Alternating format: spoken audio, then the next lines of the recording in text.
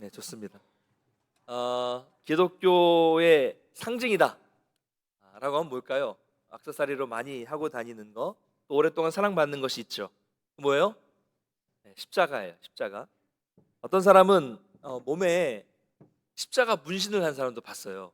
제가 청년이었는데, 야, 이건 좀 아니다 그랬더니 자기가 예수님의 사랑을 잊고 싶지 않아서 이렇게 여기 이렇게 저렇게 막 했다고 하더라고요. 근데 보니까 별로 그게 보기 좋지는 않아요. 네, 예? 그런 분도 있고요. 귀에 걸고 다니는 사람도 있고요. 이상하게 또 헤비메탈이나 록 음악을 하시는 분들도 보면 십자가를 많이 이용을 하더라고요. 아, 왜 왠지는 모르겠습니다. 근데 그 중에서도 많이 사용되는 것이 있다면 아마 십자가 목걸이가 아닐까 생각을 해요. 은, 금, 나무 이런 것들로 된 십자가 목걸이가 많습니다. 그래서 여러분 기독교와 관련된 카톨릭과 관련된 이런 관광지 같은 데 가면 꼭 파는 게 있죠. 십자가에 관련된 그런 기념품이고요. 저도 예전에 이 목걸이를 하고 다녔어요. 나무로 된 이런 큼지막한 십자가 목걸이를 한 기억도 납니다. 여러분 신기하지 않으세요? 십자가가 뭔데? 십자가가 그렇게 좋을까요? 이 기독교인을 제외하고는 이 십자가의 의미를 제대로 알고 이걸 하는 사람, 의미를 알고 하는 사람은 없을 거예요. 그렇지 않습니까? 여러분 원래 십자가는 몸에 그렇게 지니고 다닐 만큼 영광스러운 것이 아닙니다. 왜요? 이거 사형수를 죽이는 사형틀이었으니까요. 거기에 사람을 매달아서 못을 박아가지고 정말 오랫동안 고통 속에서 죽게 하는 그런 사형틀이었기 때문에 이게 영광스럽거나 아주 멋있는 그런 건 아니에요, 사실은. 여러분 혹시 여러분 중에 예전에 그 사람 목을 이렇게 잘랐던 단두대라는 거 아시죠? 위에서 칼이 내려가지고 이 단두대를 악세사리를 만들어서 작게 만들어서 이렇게 예쁘게 만들어서 목에다가 걸고 다니시는 분이 계십니까 혹시? 말도 안 되는 소리 하고 있는 거죠 지금. 아니면 옛날에 우리나라 망나니 아십니까? 망나니 이 사형을 집행했던 이 큰 칼로 아주 그렇게 해가지고 이 망나니 큰 칼을 사형을 할 때 썼던 칼을 예쁘게 만들어가지고 목에다 걸고 다니시는 분이 계세요? 말도 안 되는 소리잖아요. 생각해도 끔찍하죠. 십자가도 그런 거예요, 사실. 십자가의 의미를 모르면 그것은 그냥 끔찍한 사형틀일 뿐입니다. 물론 십자가의 의미를 안다고 해도 이제 그것을 그냥 단순히 액세서리가 아니라 어떤 부적처럼 그것을 지니고 다닌다면 그것도 문제겠죠. 우리 여러분 아무리 여러분이 신앙심이 좋아서 십자가 목걸이, 혹은 십자가 귀걸이, 십자가 반지, 십자가 문신이든 뭐든 그것을 지니고 다닌다고 해서 거기에 특별한 은혜가 있는 것은 아닙니다. 다 아시죠? 그냥 하나의 장신구일 뿐입니다. 왜 이런 말씀을 드리냐면 아무리 그게 의미가 있는 물건이라고 할지라도 그 의미를 제대로 모른다거나 또 잘못 사용하게 된다면 그것은 어떤 의미도 없는 아무것도 아니다라는 것을 말씀드리기 위해서 이 말씀을 드리는 거예요. 여러분 법궤, 언약궤 마찬가지입니다. 요즘에 이제 금요 기도회를 할 때마다 지금 사무엘 하를 나가고 있는데요. 그 사무엘 하에 지금 법궤 이야기가 이제 등장을 하고 있어요. 그래서 오랫동안 방치되어 있던 이 법궤를 이제 다윗 성으로 옮겨오는 장면이 나오는데 그 장면에서 다윗이 너무 기뻐서 이 법궤를 모실 수 있게 됐다는 것에 너무 기뻐서 막 예배를 드리고 막 찬양을 하고 막 옷이 벗겨지는 줄 모르고 막 춤을 추는 그런 장면이 나오고 있어요, 사무엘 하에. 그래서 제가 그 말씀을 묵상하면서 궁금한 생각이 든 거예요.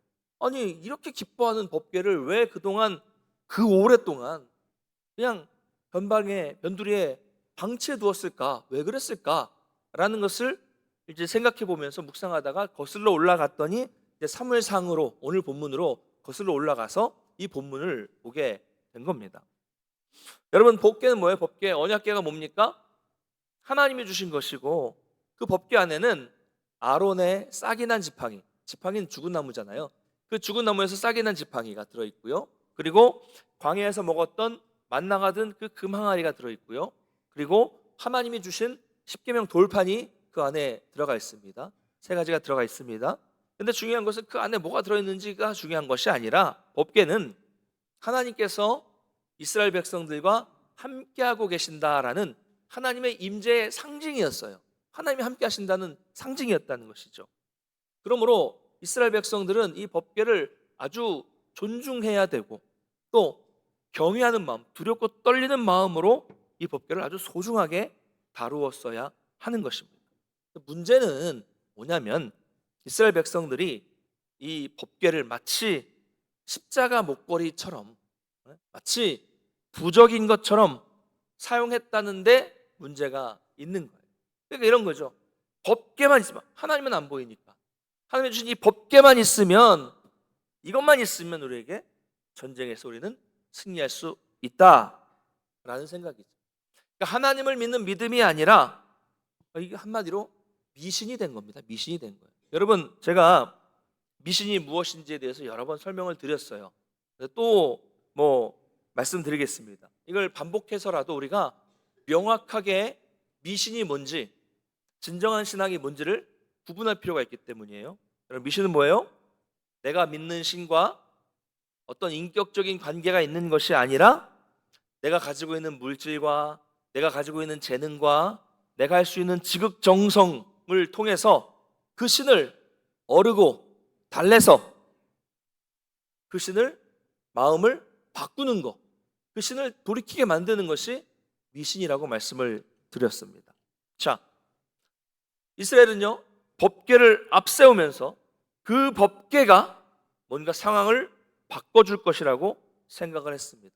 그러니까 자기들은 바뀌는 게 아니에요. 자기들은 그냥 법궤만 가져다 놓는 겁니다. 자기들은 바뀌지 않으면서 법궤만 가져다 놓으면 전쟁의 패배가 승리로 바뀐다라는 생각을 한 거예요. 법궤만 있으면 승리할 수 있다. 자, 여러분, 혹시 여러분 중에 지금 부적을 몸에 지니고 계신 분이 계십니까?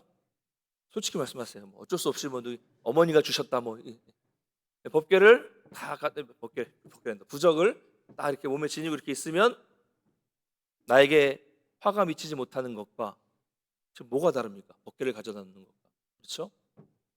새벽마다 플라스틱인데 정한수를 떠다 놓고 비나이다 비나이다, 누구에게? 모르세요? 천지신명께 비나이다. 네. 지극정성을 새벽마다 보여서 자기가 믿는 신이 나의 이 지극정성을, 새벽마다 떠다 놓고 기도하는 이 지극정성을 보아주어서 그 신이 나에게 화를 내리지 못하고 나와 내 가족에게 복을 주도록 하는 것과 법궤를 가져다 놓는 것과 뭐가 다릅니까? 똑같죠? 이게 미신입니다. 그러나 여러분, 기독교는 그런 종교가 아니죠. 여러분, 내가 헌금을 드려서 하나님의 마음을 바꾸는 겁니까? 여러분, 그래서 헌금하는 겁니까? 그러신 분도 계신 것 같아요. 네. 내가 내 노력과 내 헌신과 내 봉사를 드림으로써 이걸 하나님이 보시고 나에게 재앙을 내려야 되는데 재앙을 내리지 않고 복을 내리시도록 하나님의 마음을 바꾸는 것이 내가 헌신하는 목적입니까? 찬양대, 그래서 지금 찬양대 하고 있는 거예요? 내 찬양 받으셔서 하나님이 나에게 복 주시길 바라는 겁니까? 네. 가끔 이렇게 신앙생활 하시는 분들이 계세요. 아니죠. 기독교는 하나님의 말씀을 듣고, 그분의 말씀을 듣고 내가 바뀌는 겁니다. 할렐루야. 하나님을 내가 어떻게 변화시키려는 거 아니에요. 그건 미신이고요. 말씀을 듣고 내가 바뀌는 거, 이거 완전히 다릅니다. 완전히 달라요. 여러분, 바라기는 저와 여러분의 신앙이 이런 미신이 아니라 온전히 하나님의 말씀에 순종해서 내가 변화되는 진정한 신앙이 되시기를 주님의 이름으로 간절히 축복합니다. 이처럼 우리는 항상 무엇을 하든 간에 제대로 알고 제대로 믿을 필요가 있어요.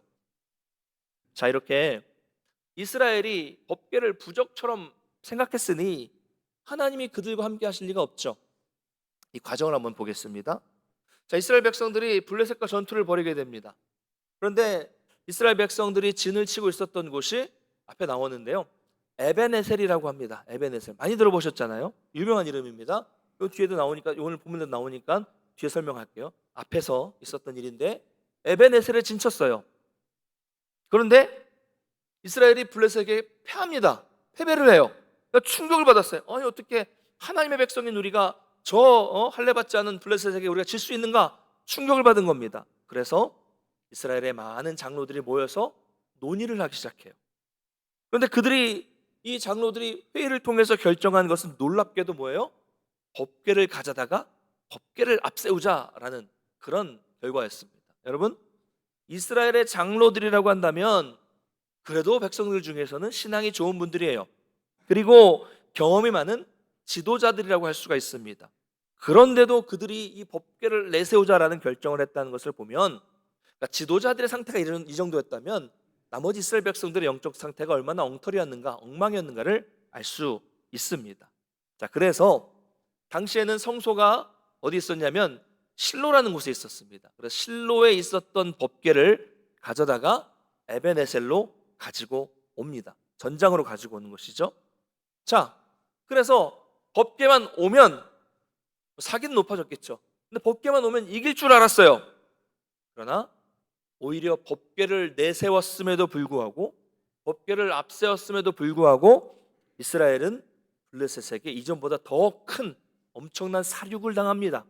그래서 보병만 3만 명이 죽게 되고요. 3만 명, 엄청난 숫자죠. 그리고 그들이 그렇게 믿었던 법궤마저도 블레셋에게 빼앗겨 버리고요. 그때 죽은 사람이 엘리 제사장의 두 아들 홈니와 비느하스가 그 전쟁에서 죽음을 당하게 되는 것이죠. 법궤를 미신처럼 사용한 결과였습니다. 참혹한 결과죠. 그래서 법궤는 이 에벤에셀에서 빼앗겨서 이제 블레셋 땅으로 가게 됩니다. 그런데 블레셋 사람들이 법궤가 뭔지 모르죠. 그래서 법궤를 가는 곳마다 블레셋 진영에 엄청난 재앙이 내리게 되는 거예요. 너무 무서운 거죠. 이게 뭐길래 도대체 이렇게 많은 사람이 죽느냐. 그래서 어쩔 수 없이 블레셋 사람들은 두려워서 이 법궤를 다시 빼앗았던 법궤를 이스라엘 진영으로 돌려보내주게 됩니다. 그렇게 해서 법궤는 오늘 보면 나오지만 기럇 여아림이라는 곳에서 이따 읽을 텐데요. 7장 1절에 보면 20년 동안 기럇 여아림에서 거하게 되는 것입니다. 자, 근데 사실은 20년 동안 기럇 여아림에 있었다고 하지만 법궤는 20년 동안 그냥 방치된 겁니다. 이스라엘 백성들은 법궤를 블레셋 사람들의 진영과 가까운 변두리에 그냥 내버려 둔 거예요. 방치해 둔 겁니다. 여러분, 정말로 그들이 법궤를 생각하고 그들이 정말 법궤를 소중하게 여겼다면 어디로 가져가야 돼요? 원래 가져왔던 거 어디예요? 성소가 있는 실로에서 가져왔으니까 다시 실로로 가져다 주는 것이 정상이죠. 근데 그냥 거기다가 그냥 변방에다가 20년 동안 내버려 두었다는 것입니다.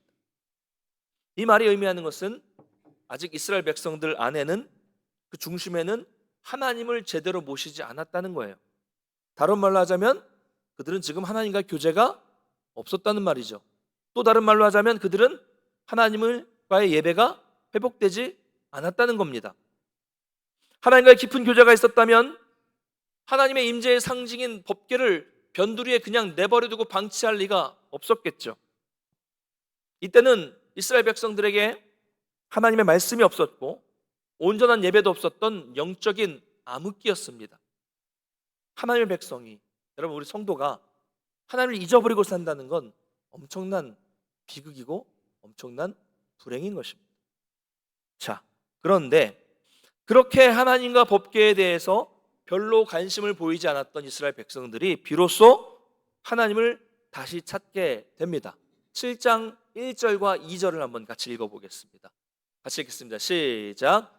기럇 여아림 사람들이 와서 여호와의 궤를 옮겨 산에 사는 아비나답의 집에 들여놓고 그의 아들 엘리야사를 거룩하게 구별하여 여호와의 궤를 지키게 하였더니 궤가 기럇 여아림에 들어간 날부터 20년 동안 오래 있은지라 이스라엘 온 족속이 여호와를 사모하니라. 아멘. 자, 기럇 여아림에 들어간 이후에 20년이 있었는데 그 이후에 이스라엘 온 족속이 여호와를 사모하였다라고 말씀하고 있습니다.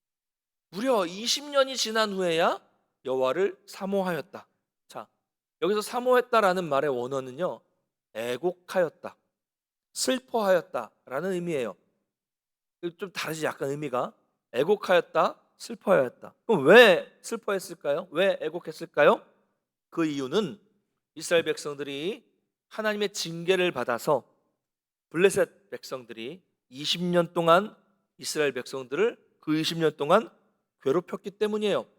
이것을 반대로 말하면 그렇게 블레셋이 괴롭혔는데도 20년 동안 이스라엘 백성들을 하나님을 찾지 않았다는 거예요. 찾지 않았다는 거죠. 20년 만에 찾았다는 거죠.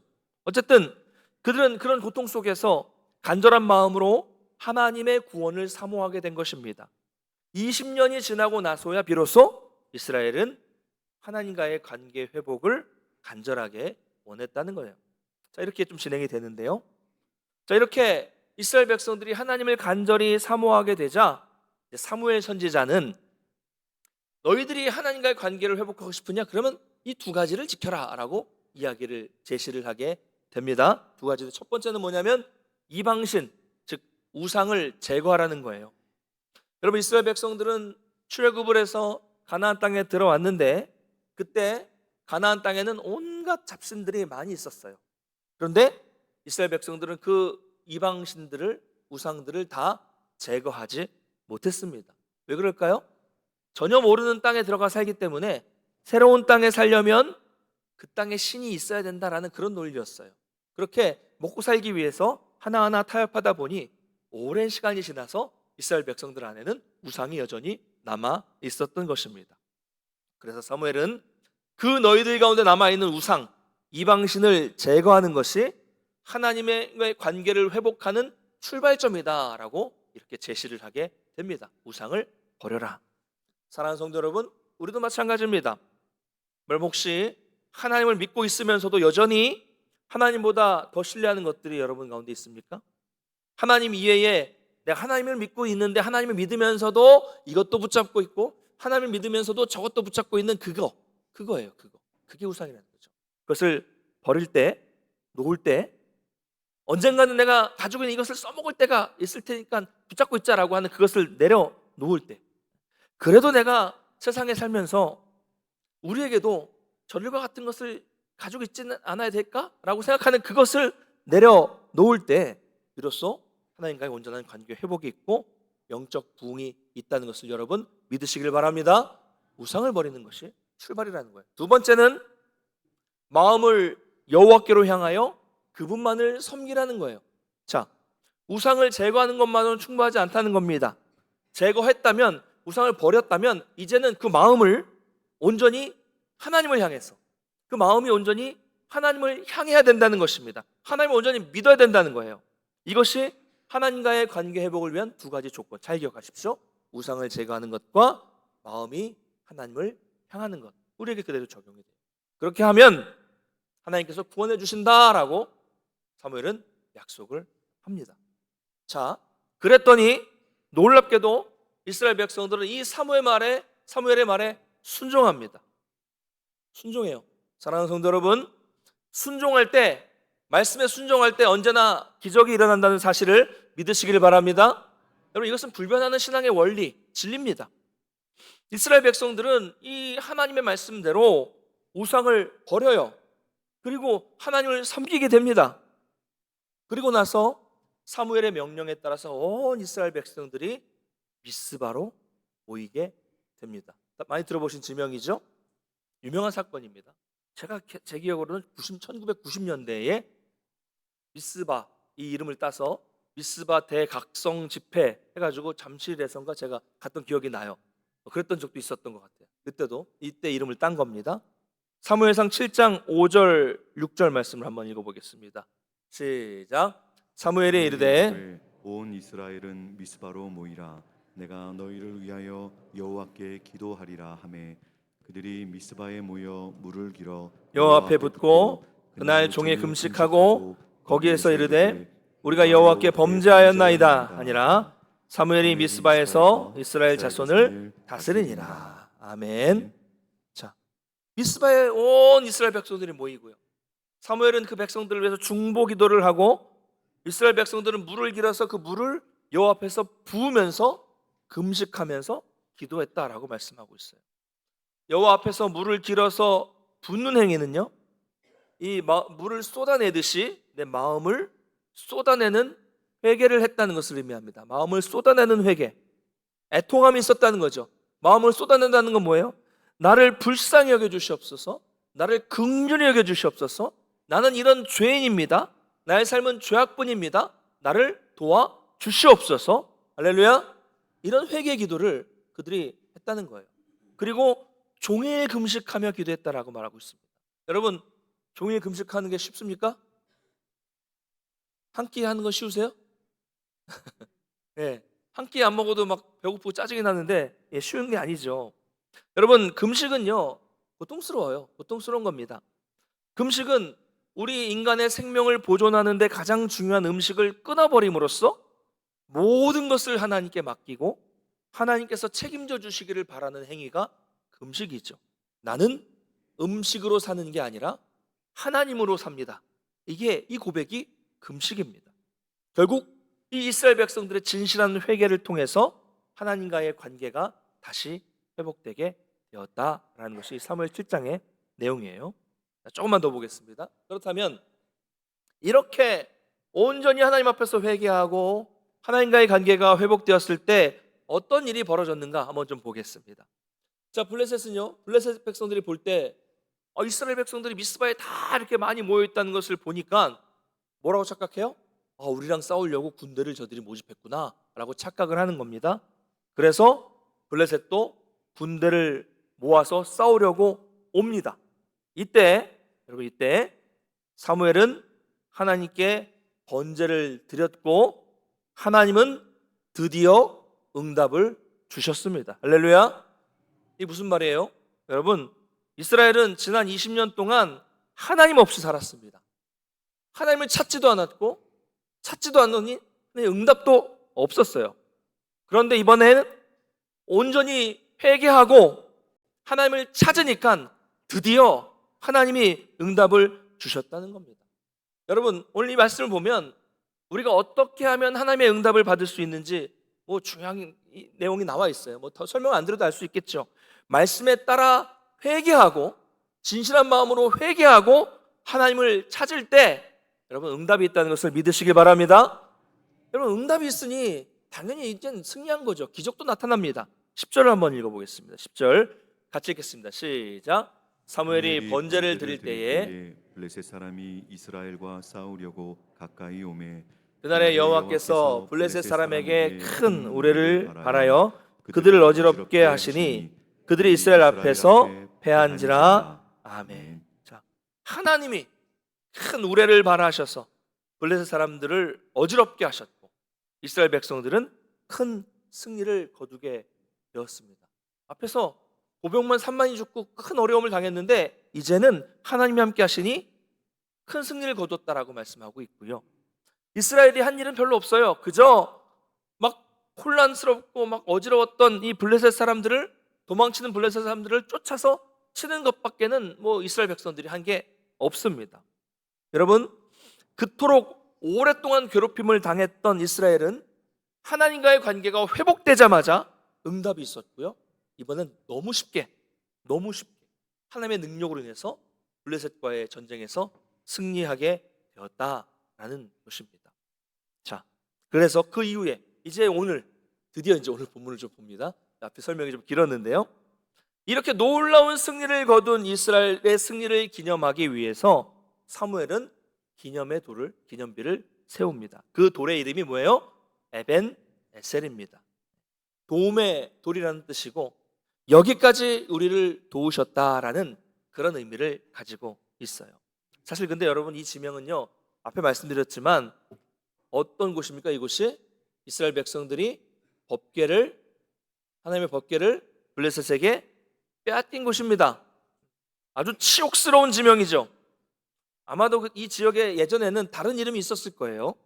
원래 그 지명 이름이 있었는데 그러나 이스라엘이 블레셋을 이긴 후에 오늘 다시 에벤 에셀이라고 부른 이후부터는 그 지역의 이름이 후대에까지 그냥 에벤 에셀로 남겨지게 된 것입니다. 자, 법궤를 빼앗겼던 아주 수치스러운 장소인 에벤 에셀은 이제 하나님이 여기까지 우리를 도우셨다라는 승리의 장소로 완전히 바뀌게 된 것입니다. 상황이 완전히 바뀐 것이죠. 사랑하는 성도 여러분, 같은 장소지만 전혀 다른 일이 벌어진 것입니다. 어떻게 이런 일이 벌어지는 것입니까? 전에는 하나님을 제대로 몰랐습니다. 하나님을 섬겨도 미신처럼 섬겼어요. 하나님을 믿는다고는 했지만 사실은 하나님이 가장 가증히 여기는 신앙을 가지고 있었던 것입니다. 그런 신앙은 필패, 질 수밖에 없는 거예요. 하나님이 함께 하시지 않는데 이길 수가 없는 것이죠. 여러분, 혹시 우리도 그렇지 않을까요? 법궤를 부적처럼 생각하는 것처럼 내가 헌금하는 것, 내가 봉사하는 것, 내가 예배드리는 것, 이런 것들이 마치 나에게는 부적이 되어서 내가 이것을 했으니, 내가 예배를 드리는 그 신앙이라는 것을 내가 가지고 있으니, 지니고 있으니 하나님은 나에게 복을 주실 거야, 이러면서 하나님과의 어떤 깊은 아주 인격적인 관계가 없이 그저 형식적인 신앙생활을 하고 있지는 않은지 우리의 신앙의 모습을 한번 돌아볼 필요가 있습니다. 여러분, 그런 것은 사실 신앙생활이라고 말할 수 없습니다. 그건 그냥 뭐랄까요? 종교생활이죠. 종교생활은요, 교회를 다니나 절을 다니나 어디 저기 이단을 가나 어디 딴 데 가나 다 똑같은 거예요. 그냥 종교성을 가지고 하는 게 종교생활이죠. 거기에는 하나님이 계시지 않습니다. 오히려 하나님이 가증스럽게 생각하시는 미신 같은 것일 뿐입니다. 보십시오.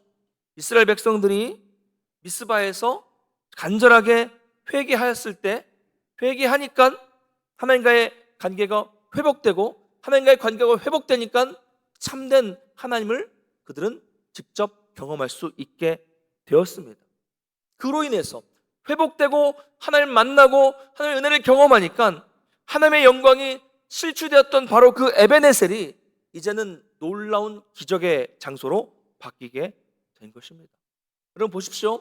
그러면 한 번의 승리와 에베네셀을 경험한 이스라엘 백성들이 후에 언제든 에베네셀을 지날 때마다, 에베네셀에 세워진 그 돌을 볼 때마다 무엇을 기억하겠습니까? 부르짖었을 때 응답해 주시고 하나님은 이곳에서 우리에게 기적을 주셨구나라는 것을 계속 기억할 수 있는 거예요. 여러분, 그러면 그 이후에도 이스라엘 백성들은 고난과 역경과 고통을 당하겠죠. 괴로운 상황 가운데 통과할 때가 분명히 있었을 것입니다. 그러나 그럴 때에도 에베네셀을 기억하면서 승리를 주신 그 하나님을 다시 기억하면서 힘을 얻어서 승리할 수 있게 되는 것입니다. 바로 이게 신앙의 에벤에셀입니다.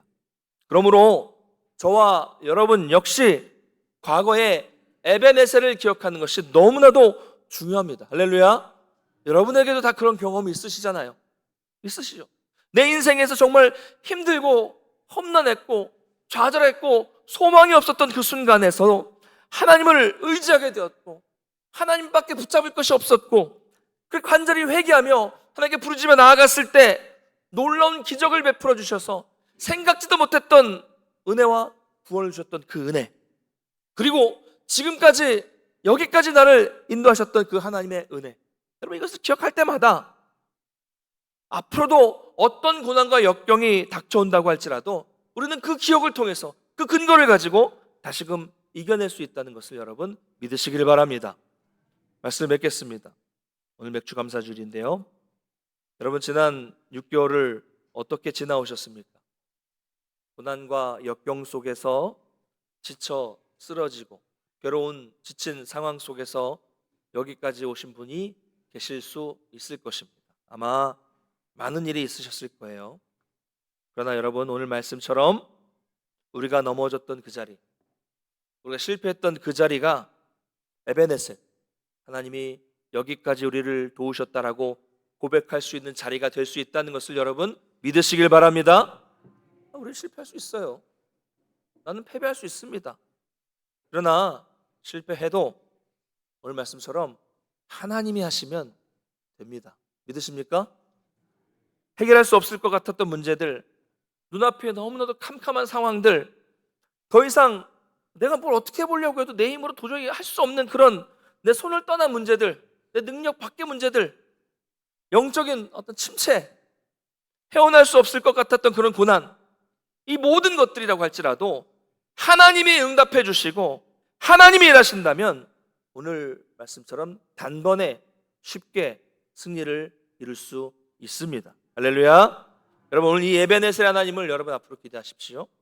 오늘 이 에베네셀 하나님을 여러분 경험하시기를 바랍니다. 그리고 오늘 이후로 놀라운 승리를 경험하시기를 주님의 이름으로 축복합니다. 그럼 어떻게 하면 그렇게 될 수 있을까요? 오늘 이스라엘 백성들은 미스바에 모여 뭘 했습니까? 먼저 하나님 말씀을 들었어요. 그리고 그 말씀을 근거로 참된 회개를 하였을 때 이런 관계의 회복과 기적이 일어났습니다. 말씀을 듣고 그 말씀을 듣는 거로 회개할 때. 여러분 기억하십시오. 말씀이 있고 회개가 있을 때 기적은 일어납니다. 말씀이 있고 순종이 있을 때 수치의 장소는 영광의 장소로 바뀌게 됩니다. 여러분 지난 6개월을 어떻게 살아오셨든 간에 이제 지난 것은 중요하지 않아요. 앞으로 우리가 말씀과 회개로 나아간다면 이제 하반기에는 놀라운 변화가 있을 것입니다. 에베네셀의 하나님이 여기까지 나를 도우셨다. 나를 여기까지 인도하신 하나님은 나를 여기까지 이렇게 선하게 인도하셨으니 앞으로도 평생 내 삶을 인도해 주실 것이다. 이런 확신과 이런 찬양과 고백이 넘쳐나는 복된 삶이 되시기를 주님의 이름으로 간절히 축원합니다.